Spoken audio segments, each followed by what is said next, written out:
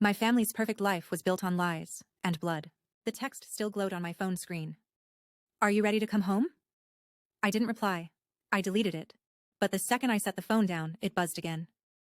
You don't have to run anymore. I shut it off, pulled the battery, sat in the dark, breathing hard. Then I heard it. A knock at the door. Soft.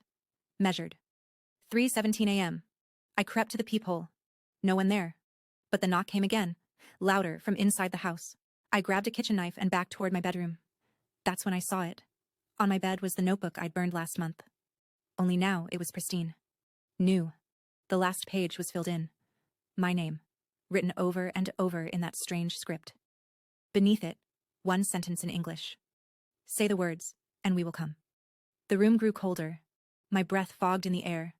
And then I saw him, Daniel, standing in the corner, smiling. But when I blinked, he was gone. The notebook snapped shut on its own. My phone, still without a battery, buzzed on the floor. The same number.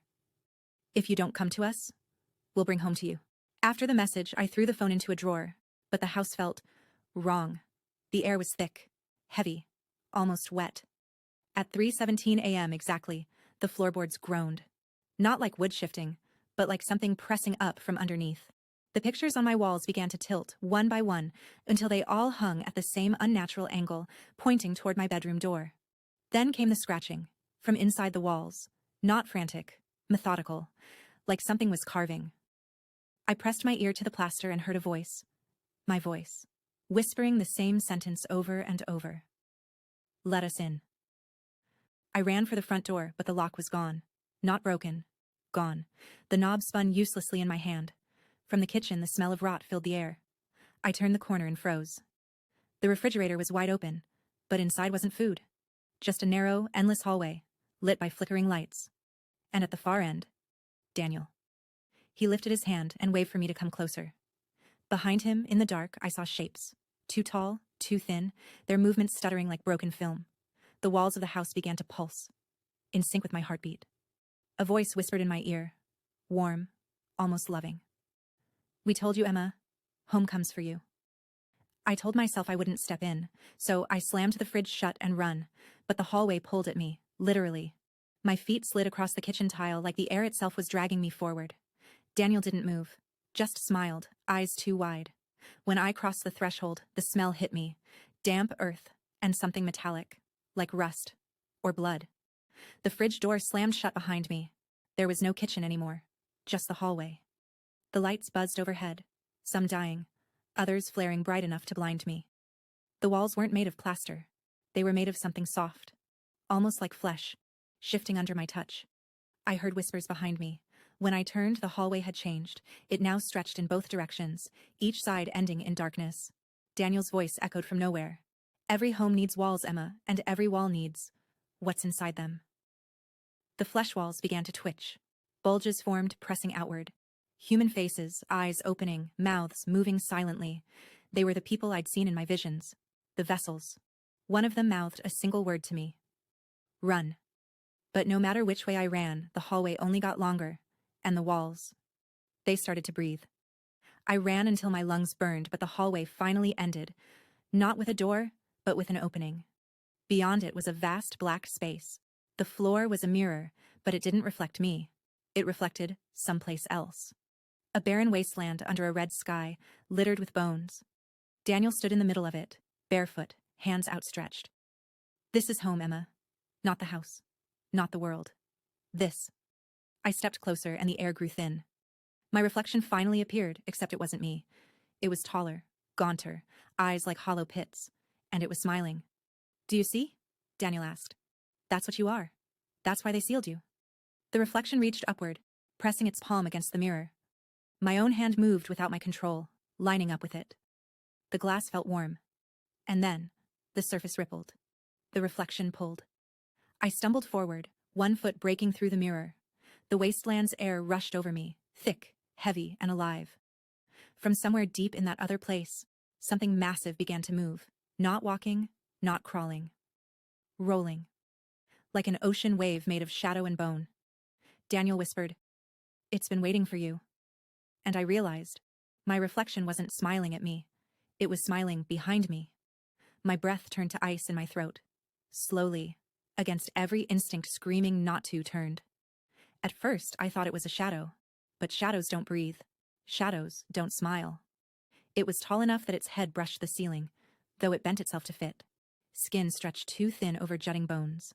Its mouth was too wide, teeth jagged and wet. But the worst part? Its face was almost mine. It leaned closer, its movements stuttering like the world was skipping frames. The air thickened with the smell of rot and iron. "You left the door open," it whispered. The voice was my own, doubled and distorted. Behind me, Daniel laughed quietly. "It's been walking with you since you smashed the seal. You thought you were free, but you were only waking it up?" The thing raised a hand, fingers long enough to wrap around my throat twice. It didn't touch me. It traced the air, like outlining where it would. Then it said, "When you take the last step, I'll wear you like a coat." The mirror world behind me began to crack, light bleeding through like a sunrise in reverse. Daniel stepped aside. "It's time to go home, Emma."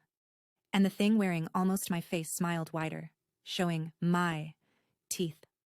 The cracks in the mirror spread, hissing like boiling water. The floor beneath my feet softened, like stepping on wet paper. The thing that was me tilted its head. "Step in, or I'll drag you screaming. Either way, you're coming." I glanced at Daniel, hoping for hesitation, but his eyes shone with devotion. "You belong there, Emma. That's where you were made." The reflection reached again. This time, I didn't resist. I thought maybe stepping through on my own terms would give me control. It didn't. The moment my foot crossed, gravity reversed. The world folded, and I was falling sideways into heat and ash. The sky was red and low, the air thick with whispers in a language that scraped my skull. All around me, towers of bone pulsed like living things. Shapes moved in the distance. Too big, too wrong. Their faces shifted constantly, as if trying on different skins. And then, silence. I turned. Daniel wasn't there. Neither was my reflection. But I wasn't alone. The ground bulged, and something massive rose from beneath it. It had no eyes, no mouth. Just a hollow, endless face.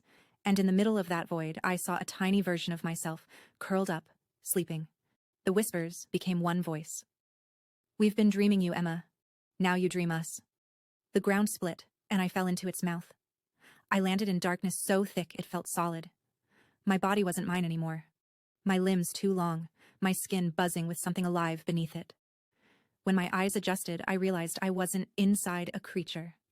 I was inside a memory. But it wasn't mine. Shapes formed around me, hooded figures kneeling in a circle, chanting in that scraping language. At the center was a pit, glowing red. And in that pit, me.